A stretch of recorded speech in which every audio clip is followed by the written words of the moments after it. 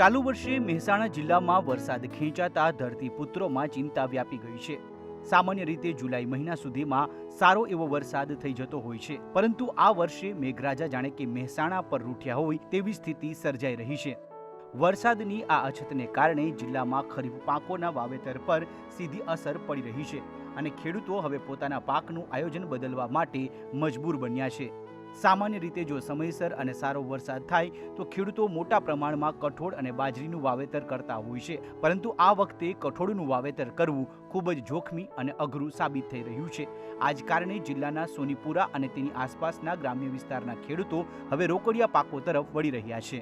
હાલે મહેસાણા જિલ્લામાં વરસાદની બહુ ખેંચ છે અને ખેંચાઈ ગયું છે, એટલે હવે અમે ખેડૂતો પેલે બે પાક તરફ વળ્યા છીએ।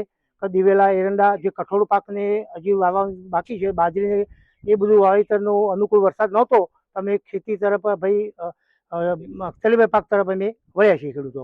ખાસ કયા પાકો વાવશો હવે દિવેલાના કપાસની વાવણી અમે કરીશું। ખેડૂત તો હાલ કપાસ ને દિવેલા તરફ વળ્યા છે અને બાજરી તો વવાય કે ના વવાય, વરસાદ વધારે થાય તો જ મેળ આવે।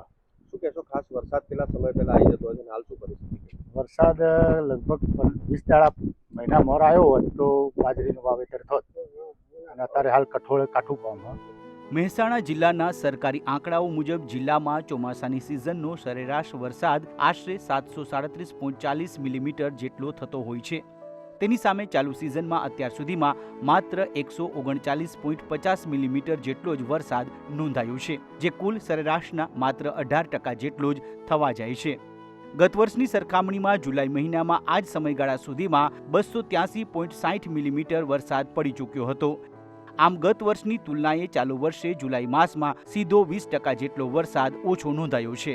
મહેસાણા જિલ્લામાં ચાલુ સાલે વરસાદની વાત કરીએ તો સરેરાશ વરસાદ 737.40 મિલીમીટર થતો હોય છે સિઝનનો, જેની સામે અત્યાર સુધીમાં 139.50 મિલીમીટર એટલે કે 18% જેટલો વરસાદ થયેલો છે।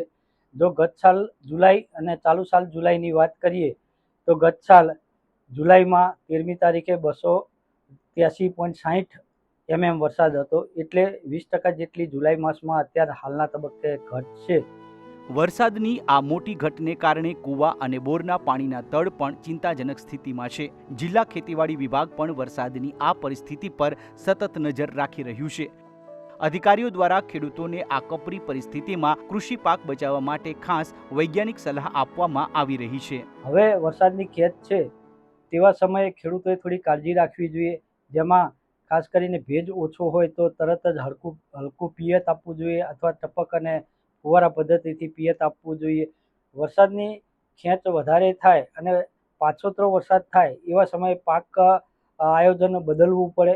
ખાસ કરીને જે મોડા વવાતા પાકો એટલે કે દિવેલા છે, જુવાર ઘાસચારો છે અને અન્ય રોકડિયા પાકો તરફ ખેડૂતોએ વાવેતર માટે આગ્રહ રાખવો જોઈએ।